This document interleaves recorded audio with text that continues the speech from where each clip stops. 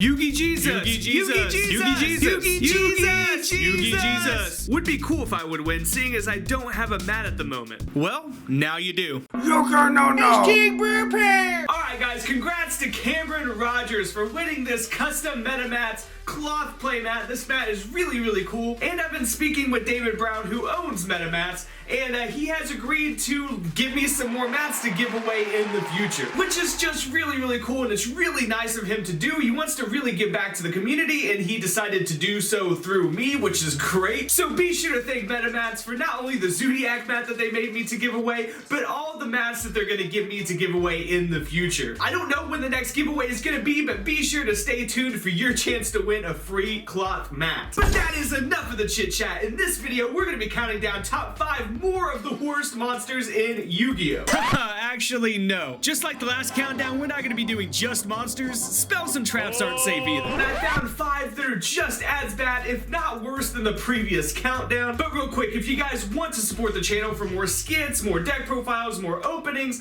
more countdowns, more of just everything that I do, the link to the Patreon is down in the description. But let's go ahead and jump into this countdown of horrible Yu-Gi-Oh cards. At the number 5 spot, I have Yugioh Cardo. Monster Cardo! No, but seriously though, the card is Yugioh Karu. It is a level 4 water aqua monster. It has 900 attack and 1700 defense. And this card's effect reads, when this card is changed from defense position to attack position, you can place any number of cards from your hand to the bottom of your deck in any order that you desire.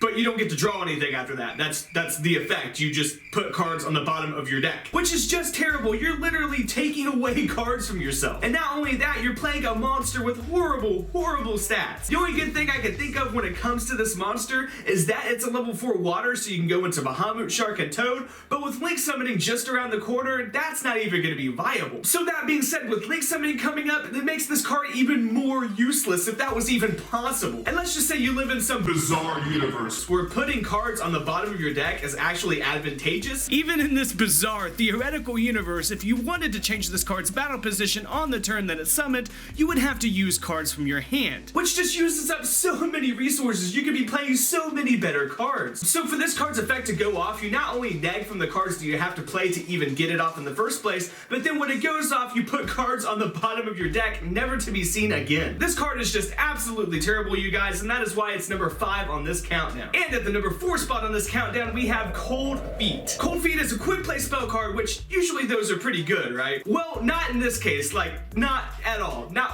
whatsoever. Because this card states that you cannot activate, set, or use the effects of spell or trap cards this turn. Not your opponent, you. This card is not only a neg 1, but it severely handicaps you. Like, why would you want to handicap yourself? Spells and traps are for noobs anyways. And people are gonna say, well, you combo this with Mystical Ref Panel or whatever. But that's still a 2-card combo, guys. Like, that is not consistent whatsoever. Now, I'm not gonna trash talk Mystical Ref Panel because it can be a pretty cheeky and techy card. And if you did want to be a troll, you could combine it with several other cards in Yu-Gi-Oh! But is it realistic? Will it win you a tournament, a locals, like a regionals or a YCS or anything? No, it will not. Not at all. Yu-Gi-Oh! Players have more of a chance of getting a girlfriend than they do topping an event with Mystical Ref Panel trolling. So Cold Feet inhibits your ability to play Yu-Gi-Oh! And is a neg 1. Don't play this card, ever. There's no reason why you should ever play this card. At the number 3 spot, I have Card Shuffle. Card Shuffle is a continuous spell card that says pay 300 life points to use this card's effect, then shuffle either your deck or your opponent's deck. You can only use this effect once per turn. Not during either player's turn, just once on your turn. Why this card is so useless? Because everyone shuffles their deck and has their opponent cut their deck anyways, so it makes this card really redundant. This is the kind of random bullshit card that like Yugi or Joey would use in the show against like Weevil's Parasite or something. This card is literally that kind of gimmick. And there's another card just like this that I want to mention, and it's called Tainted Wisdom. And I would put this on the countdown, but people like to complain that Tainted Wisdom can be used to make Skull Knight, even though that's, that's just such a powerful play, right? And Skull Knight is a really cool looking card. I do like the card's art and everything, but is it like a viable card in a tournament? And has it ever been a viable card? No, never. So when Tainted Wisdom's only use is to be able to make like a really bad fusion monster, it makes it a really bad card. And when it comes to Tainted Wisdom or card shuffle, there are so many better cards that you could be playing. Shuffling your deck or your opponent's deck on your main phase is not useful or advantageous whatsoever. I activate card shuffle, pay 300 life points, and shuffle your deck.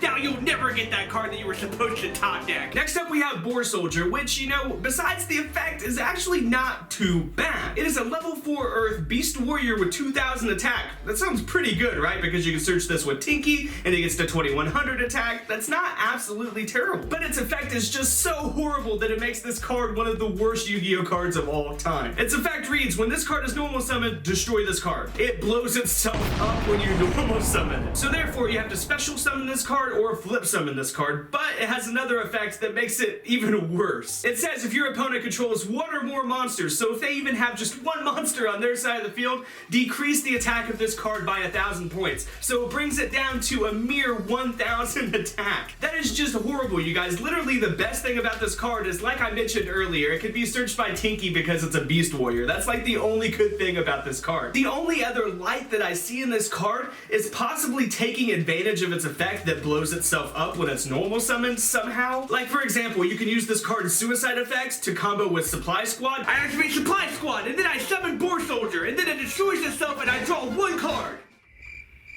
Your turn! But guys, there's just so many better cards that you can use to combo with Supply Squad. Plus you burn up your normal summon doing that move, which makes this card even more horrible. So yeah guys, the lesson from this card is if you want to play Beast Warriors, stick with Fire Fist or Zodiac. And at the number 1 spot is a card so bad I literally laughed for like 5 straight minutes when I discovered it. And this card allows you not only to be terrible in real life, but you can play it in Duel Links as well. I am talking about Localized Tornado. This card might be the worst Yu-Gi-Oh card I have ever seen. Localized Tornado is a normal trap card that says shuffle all cards from your hand and your graveyard into your deck.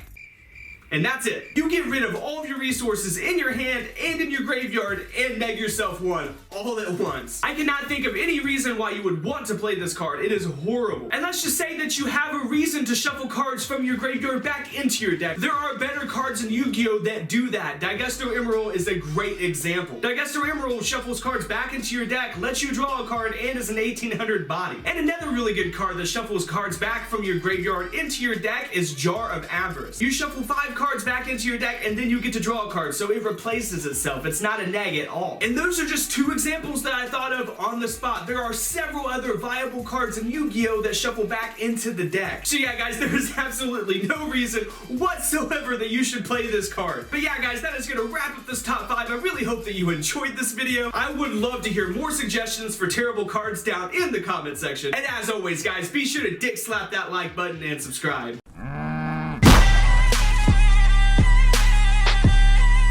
Subscribe!